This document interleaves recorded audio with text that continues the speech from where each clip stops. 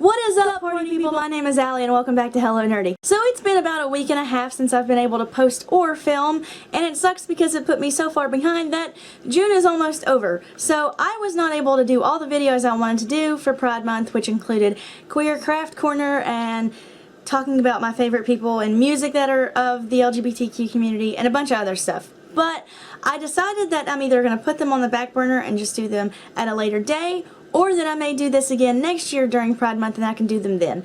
But either way, it put me behind. I was also not able to vlog my Panic at the Disco trip because I didn't take my video camera. The trip was really hectic and rushed and just a bunch of stuff, so I wasn't able to do that. But I am going to tell you a little bit about it before I talk about something else I wanted to talk about today.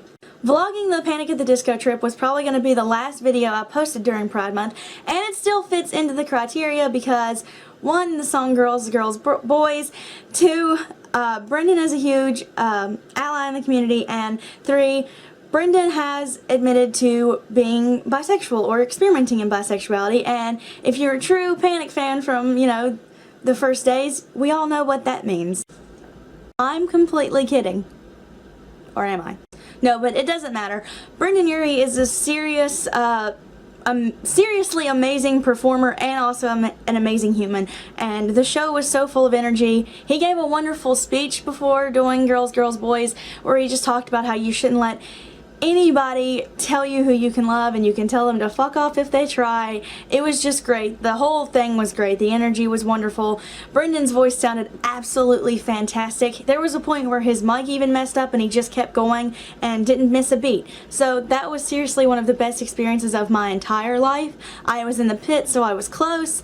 Dallin Weeks was right in front of me, and the whole time I was just like, oh my god. So it was just great. I loved every second of that show. If you're a Panic at the Disco fan, you have to see them live.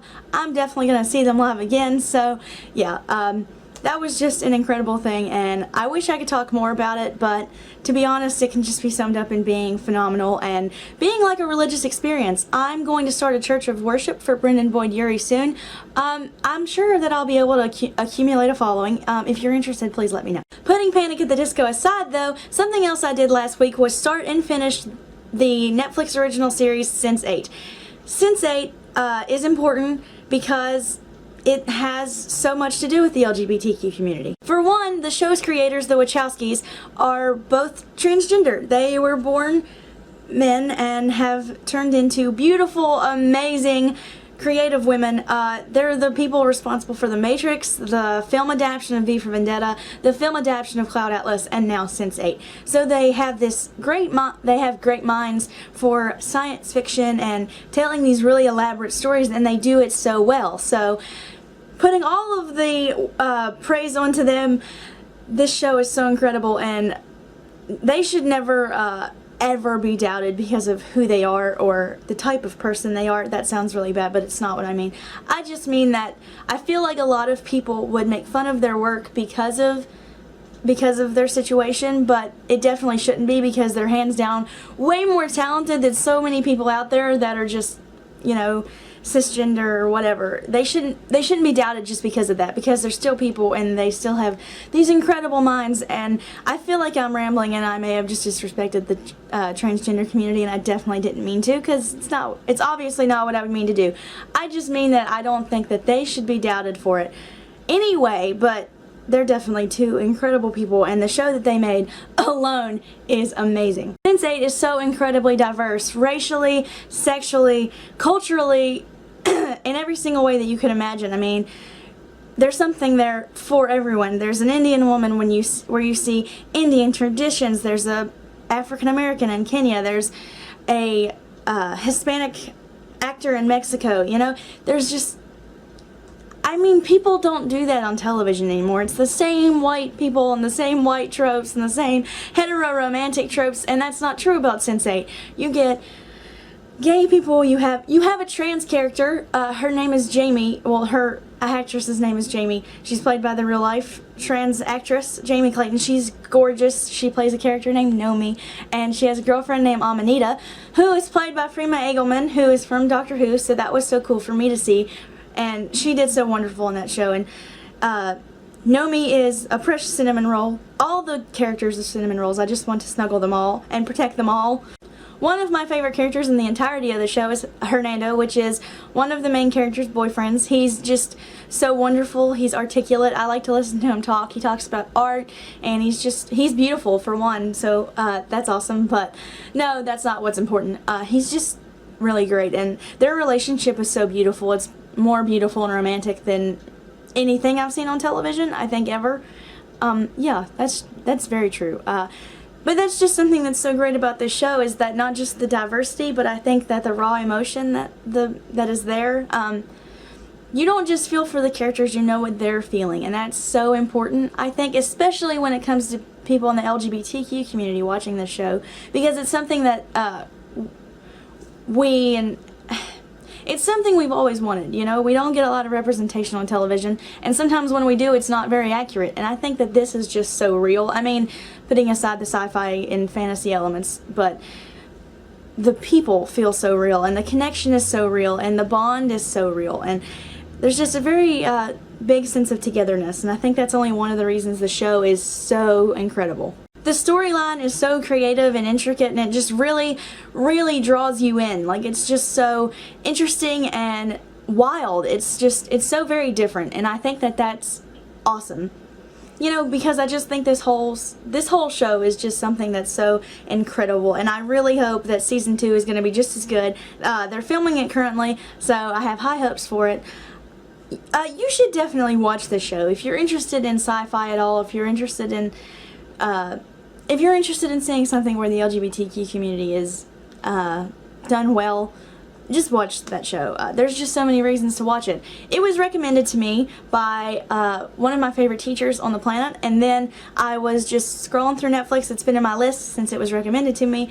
I was scrolling through Netflix with my friend Leah, and I mentioned that I had been wanting to start it, and she said, "You love it." She had seen it, so we started it, and that was like probably midday, and then by the next night I was finished. I mean, I know it doesn't sound all that impressive because there was only 12 episodes, I think, and you know, that's just how people watch Netflix, but it was just that I didn't really want to move. I don't remember moving a lot. I was just like, I want to watch, I want to watch, I want to keep watching, because it just kept me so invested. Something else that I found so interesting about the show is that, well, it's really no holds bar, which is so great about using Netflix as a platform, because you don't have a lot of the barriers you do on normal television, and you can have more creative license, and you can do really whatever the hell you want.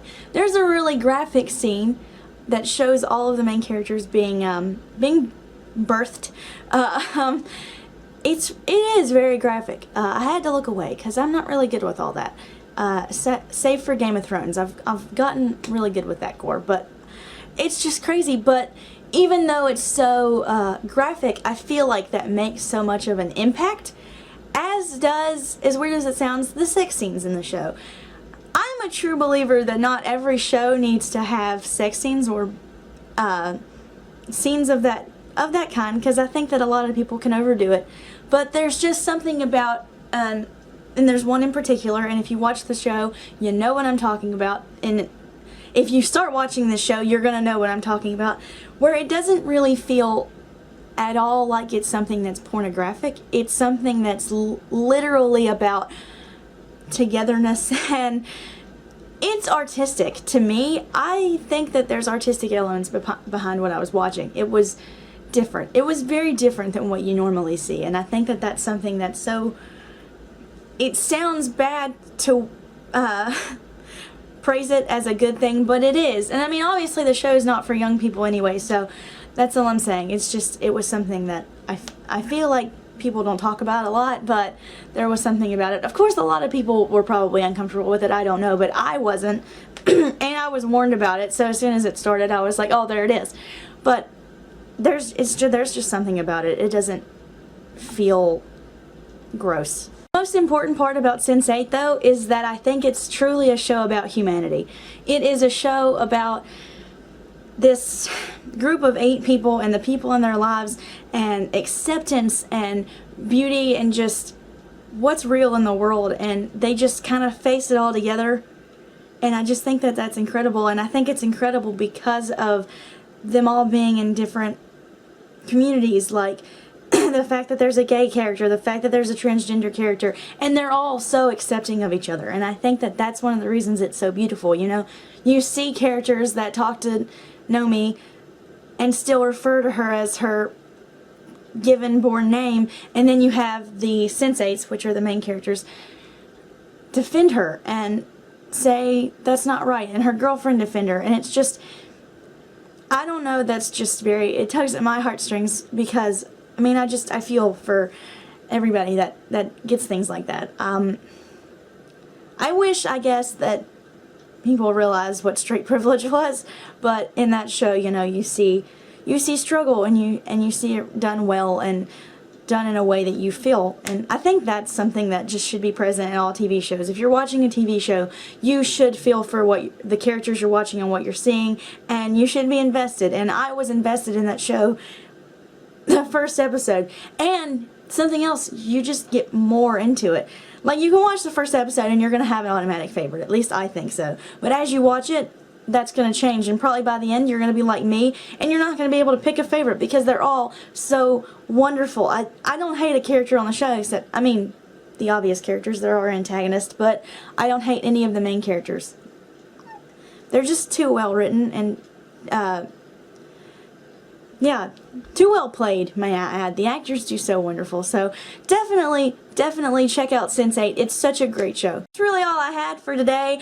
I'm going to finish out my Pride Month videos tomorrow with kind of like a finale for the month, since it is the last day of June anyway. And then after that, next week I'll go back to normal videos every Thursday, not doing it on random days, or trying to get as much as I can done in one week. I'm also still working on Sunday morning. With all the rain that was happening in my home state, it kind of helped me, but then it also hurt me since it got crazy here and everything. But yeah, so I'm getting all of that done. So I will see you guys tomorrow, and then I'll see you guys next week. Please check out my other videos about Pride Month, and watch Sense8 on Netflix. And if you like this video, give it a thumbs up. Comment if you like Sense8, and if you have a favorite character, tell me who it is. Yeah, I'll see you guys then. Okay, bye.